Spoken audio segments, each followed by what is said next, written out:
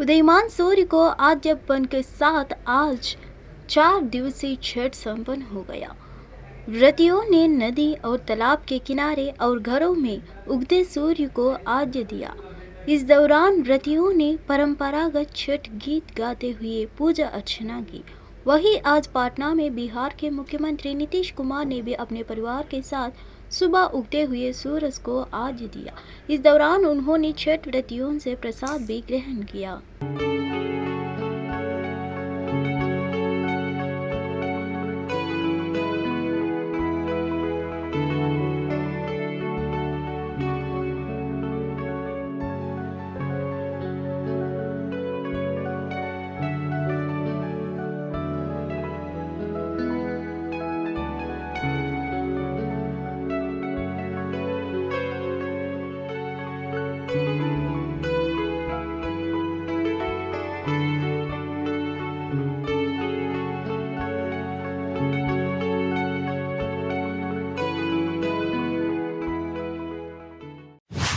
आस्था का महापर्व छठ आज पूरे देश में धूमधाम के साथ मनाया जा रहा है। नहाय खाए से शुरू हुआ त्योहार आज सुबह उगते सूर्य का आद्य देने के साथ संपन्न हुआ। वाराणसी में कांग्रेस प्रदेश अध्यक्ष अजय राय के घर पर भी छठ पर्व मनाया जा रहा है। उन्होंने भी उगते सूर्य को नमन किया और सूर्योदय के समय सूर्य देवता आद्य देते समय पूजा में शामिल हुए। कांग्रेस नेता अजय राय के घर पर भी हर साल छठ पूजा बड़े धूमधाम से की जाती है। उनके घर की छत पर ही छठ पूजा की सारी तैयारियां की गई थी, जहां रात भर बड़ी संख्या महिलाएं मौजूद रही।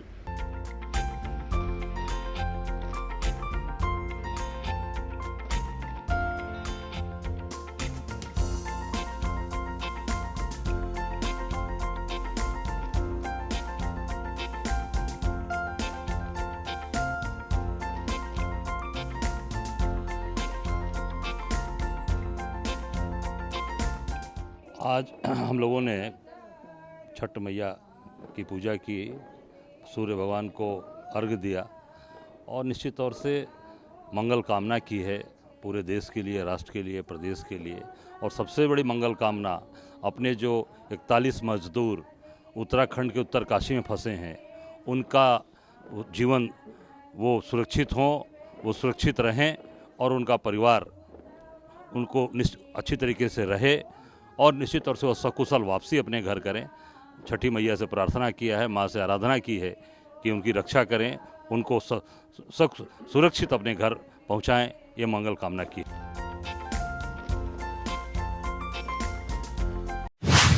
राष्ट्रपति द्रौपदी मुर्मू कई कार्यक्रमों में भाग लेने के लिए 20 से 22 नवंबर तक ओडिशा और आंध्र प्रदेश के दौरे पर रहेगी, जिसको लेकर पुलिस की ओर से कड़ी सुरक्षा व्यवस्था का इंतजाम किया गया है। बताया गया है कि 21 नवंबर को दोपहर राष्ट्रपति द्रौपदी मुर्मू जेट प्लेन से झरसुगुड़ा स्थित वीर सुरेंद्र राय हवाई अड्डे पहुंचेंगी और वहां से एयरक्राफ्ट MI-17 से बुल पहुंचेगी। राष्ट्रपति द्रौपदी मुर्मू के उड़ीसा दौरे पर केंद्रीय मंत्री धर्मेंद्र प्रधान ने कहा कि उड़ीसा में आज से राष्ट्रपति का 3 दिन का दौरा शुरू होने वाला है।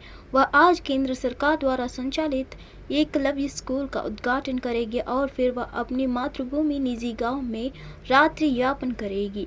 कल वह कई विकासात्मक परियोजनाओं का लोकार्पण भी करेगी। सिद्ध इंजीनियरिंग यूनिवर्सिटी वीर सुरेंद्र साय टेक्निकल यूनिवर्सिटी का कन्वोकेशन में वो भाग लेंगे, यहीं रात्रि यापन करेंगे। यहाँ पूज्य गंगाधर मेहर जी और वीर सुरेंद्र साय जी का प्रतिमा में माल्यार्पण भी करने वाले हैं। फिर दूसरे दिन सुबह यानी 22 सुबह वो यहाँ की ब्रह्म कुमारी जी की जो यहाँ एक राष्ट्रीय शिक्षा नीति के ऊपर विमर्श है, उसमें भाग लेके फिर जाएंगे। पूरा प्रदेश उत्साह से भरा हुआ है। आदरणीय राष्ट्रपति जी का दौरा के लिए सारे प्रयास प्रस्तुति हो चुकी है।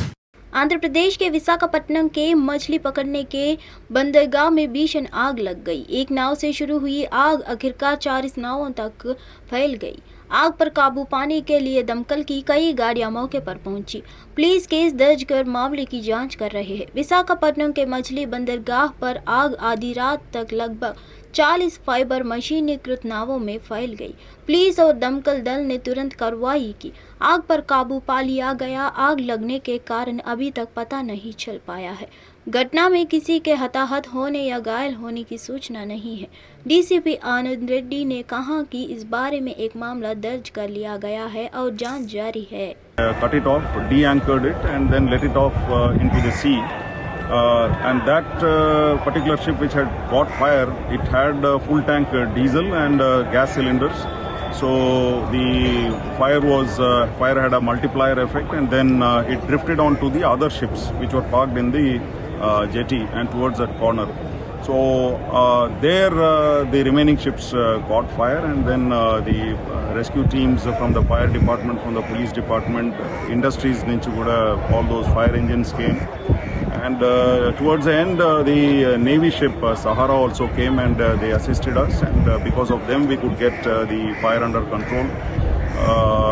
That is what is the incident about, and there is no loss of life at the outset, and then only about 25 to 30 ships got gutted, and we are investigating the cause of the incident. Sir, approximately how much worth of property loss in this incident? The cost of each ship is around 15 lakhs or so. So around 25 to 30 ships are gutted. So it runs into crores. So good thing is that there is no loss of. राष्ट्रीय राजधानी दिल्ली में हवा की दिशा बदलने और गति थोड़ी तेज होने से वायु गुणवत्ता खराब श्रेणी में आ गई है, लेकिन अभी भी हवा सही नहीं है। दिल्ली के आनंद विहार के AQI का स्तर 364, द्वारका सेक्टर 8 में 358, इंदिरा गांधी अंतर्राष्ट्रीय हवाई अड्डा का 314 और मुंडका में 386 AQI दर्ज किया गया।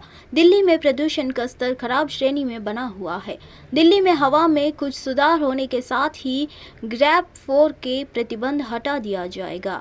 वहीं आज से सभी स्कूलों को भी खोल दिया गया है।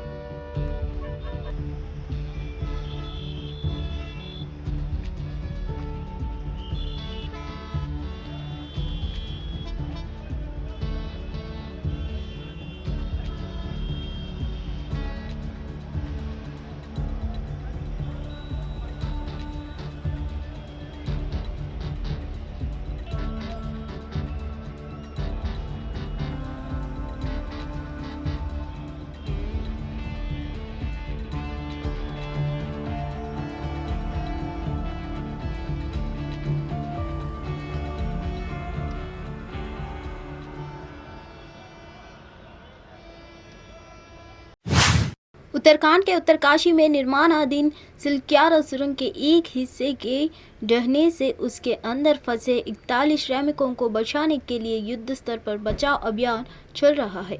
इस हादसे को आज 9वां दिन है। रविवार को केंद्रीय मंत्री नितिन गडकरी भी घटनास्थल पर पहुंचे।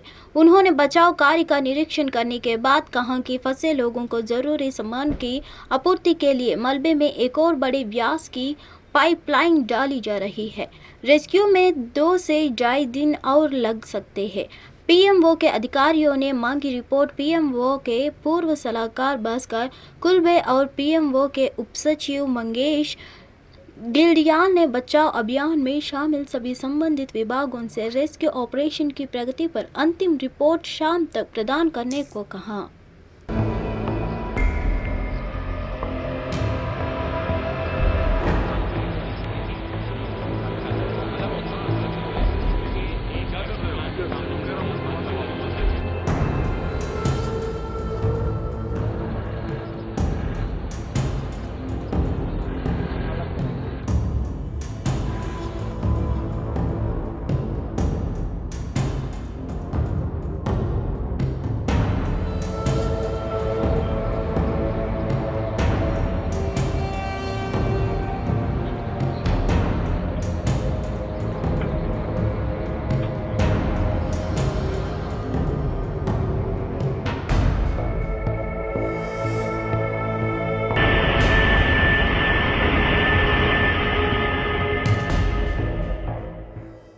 बताइए, ऊपर सड़क बन गई पूरी? पूरे नहीं बना है सर, बना रहा है। आज दिन भर आप लोगों ने काम किया? कितने लेबर थे टोटल? लेबर तो सर हम लोग। उत्तर प्रदेश के सीएम योगी आदित्यनाथ ने बसपा प्रत्याशी डॉक्टर सतीश पूनिया के समर्थन में अमेर के दौलतपुरा में आम सभा की। इस आम सभा में सीएम योगी ने गजराते हुए कांग्रेस पर जमकर निशाना साधा। मुख्यमंत्री योगी आदित्यनाथ ने जनसभा को संबोधित करते हुए कहा, जिस राजस्थान को बसपा ने अपने शासनकाल में विकास की नई ऊंचाइयों तक पहुंचाने की प्रयास किया था और जिस राजस्थान में 5 वर्ष पहले तक हर गांव, गरीब, किसान और महिला तक विकास पहुंचाने के लिए कार्यक्रम और योजनाएं आगे बढ़ी थी, आज राजस्थान महिला संबंधित अपराध से लेकर साइबर संबंधित अपराध में नंबर 1 पर है। आज भारत के अंदर कांग्रेस द्वारा दी गई बड़ी बड़ी समस्याएं भी उसका समाधान हो रहा है। जैसे महाप्रतापी राजाओं को जन्म देकर के इस दरार को पूर्ण किया है, सबके लिए पूज्य बनाया है। पद्मनिका जौहर और मीराबाई की भक्ति की पराकाष्ठा को कौन छू पाया है। राजस्थान की ऐसी पावन धरा को कोटि कोटि नमन करते हुए मैं आप सबका हृदय से अभिनंदन करता हूं। भाइयों बहनों, राजस्थान, जिस राजस्थान को देश के पर्यटन के सबसे बड़े केंद्र के रूप में पूर्व उपराष्ट्रपति और राजस्थान के पूर्व मुख्यमंत्री माननीय श्री भैरव सिंह शेखावत जी ने स्थापित कर दिया था, जिस राजस्थान को भारतीय जनता पार्टी ने अपने शासन काल में विकास की एक नई ऊंचाइयों को आगे बढ़ाने का प्रयास किया था और जिस राजस्थान में 5 वर्ष पहले तक विकास हर गांव, हर गरीब, हर किसान। राजस्थान के मुख्यमंत्री अशोक गहलोत ने मीडिया से बात करते हुए बीजेपी पर नई एक्साइज ड्यूटी राज्यों को न बांधकर बल्कि अपने पास रखकर कथित तौर पर देश की जनता को धोखा देने का आरोप लगाया। उन्होंने कहा, भारत सरकार एक खेल खेल रही है। राज्य को वितरित की जाने वाली मूल उत्पाद शुल्क लगभग समाप्त हो चुकी है और अतिरिक्त उत्पाद शुल्क 1 और 2 और उपकार सहित नए उत्पाद शुल्क का वितरण राज्यों को नहीं किया जा रहा है। सारा पैसा केंद्र के खाते में ले जा रहे हैं। वे देश के लोगों को धोखा दे रहे हैं। मध्य प्रदेश में हमसे ज़्यादा एक्साइज ड्यूटी है। मध्य प्रदेश में हमसे ज़्यादा पेट्रोल डीजल महंगा है मध्य प्रदेश से।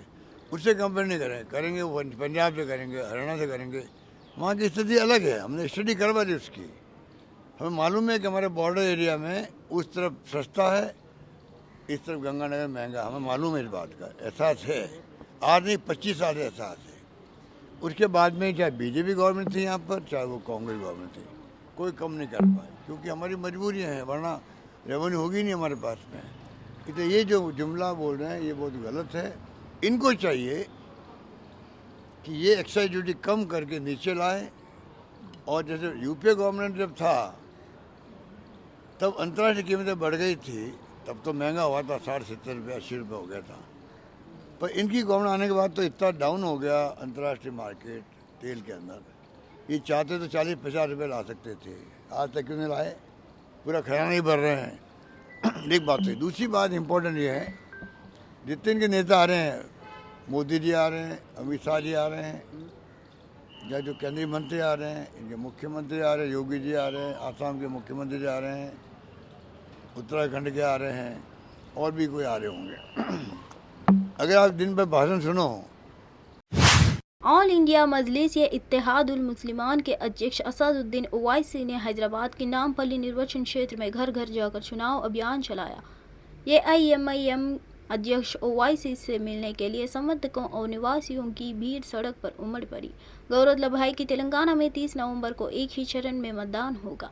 असदुद्दीन ओवैसी ने कहा, बीजेपी सरकार के पिछले 9 वर्ष में देश की अर्थव्यवस्था को कमजोर कर दिया है, छोटे व्यवसायियों को नष्ट कर दिया है, नौकरियां प्रदान करने के अपने वादे में विफल रहे हैं।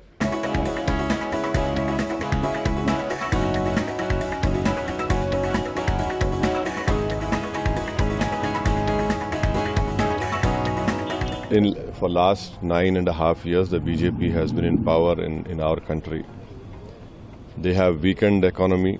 They have destroyed small businesses. Their promise of providing 2 crore jobs, they have utterly failed in that, and as a result we see that we have high inflation and we have the highest unemployment of youth in the whole world.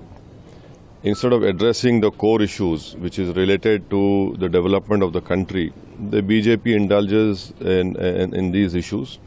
As far as Uniform Civil Code is concerned, I wish and hope that Mr. Amit Shah goes to Adilabad, Khammam and Warangal and stands in the midst of all the Adivasis and tells them that we are going to implement Uniform Civil Code.